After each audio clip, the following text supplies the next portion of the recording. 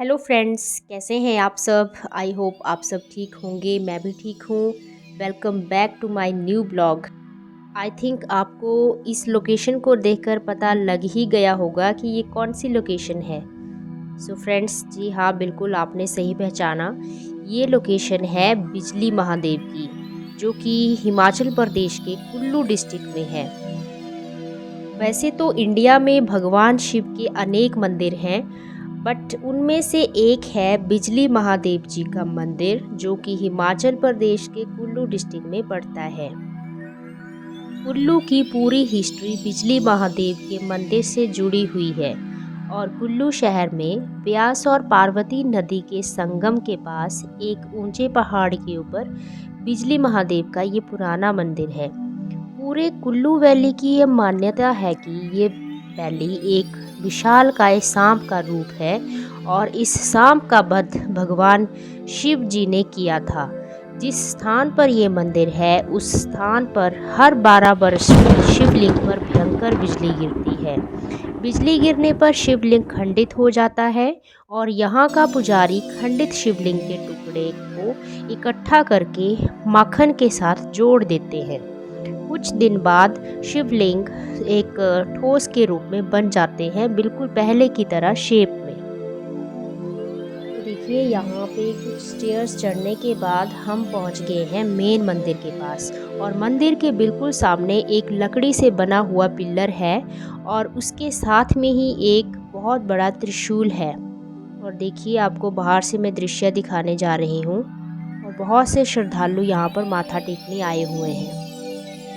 यहाँ 12 वर्ष में शिवलिंग पर बिजली क्यों गिरती है और इसका नाम कुल्लू क्यों पड़ा, इसके पीछे भी एक पौराणिक कथा है।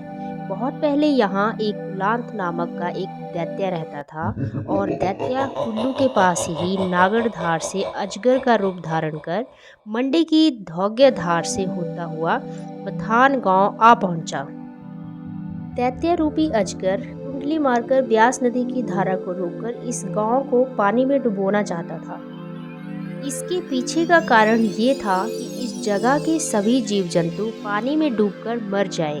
भगवान शिव जी को जब कुलांत की इस सोच का पता चलता है तो वो बहुत ही चिंतित हो गए और बड़े प्रयासों के बाद शिव जी ने उस राक्षस को अपने विश्वास में लिया।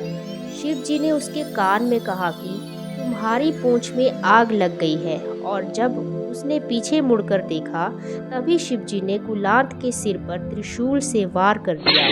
कुलांत मारा गया और उसका शरीर एक विशाल पर्वत में बदल गया। उसका शरीर धरती के जितने हिस्से में फैला हुआ था, वह पूरा एरिया पर्वत में बदल गया। कुल्लू घाटी के बिजली महादेव से रोहतांग पास और मंडी की धौग्यधार घाटी कुलांत के शरीर से ही बनी हुई मानी जाती है। कुलांत के ही कुल्लूत और कुल्लू नाम पड़ने के पीछे यही कहानी कही जाती है। दैत्य को मारने के बाद भगवान शिव ने इंद्र देवता से कहा कि 12 वर्ष में एक बार यहाँ पर बिजली बिजली का इफेक्ट वहाँ के लोगों और जन धन पर ना हो, इसलिए भोलेनाथ जी बिजली अपने ऊपर गिरवाते हैं। भादों के महीने में यहाँ पर मेला लगता है। कुल्लू से बिजली महादेव की जो दूरी है वो है 7 किलोमीटर और शिवरात्रि के दिन पर भी यहाँ बहुत भीड़ इकट्ठी होती है और श्रद्धालु दूर दूर से भोलेनाथ जी के दर्शन करने के लिए आते हैं। तो देखा फ्रेंड्स आपने कि कैसे ये बिजली महादेव का मंदिर कुल्लू घाटी के इतिहास को बताता है। ये मंदिर कुल्लू घाटी में लगभग 2460 मीटर की ऊंचाई पर स्थित है। इस स्थान तक 3 किलोमीटर की चढ़ाई करके पहुंचा जा सकता है। बिजली महादेव का ये 60 फीट स्तंभ सूरज की रोशनी में चांदी की सुई की तरह चमकता है। और देखिए, ये विशाल काय त्रिशूल कितने ही शोभायमान लग रहे हैं। इनकी अलग ही यहाँ पर शोभा देखने को मिल सकती है।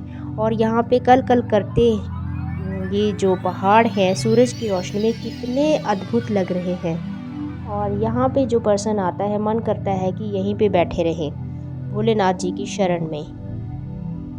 भगवान भोले जी की कृपा आप सब पर भी यूं ही बनी रहे। सो गाइस, कैसा लगा आपको आज का हमारा ब्लॉग?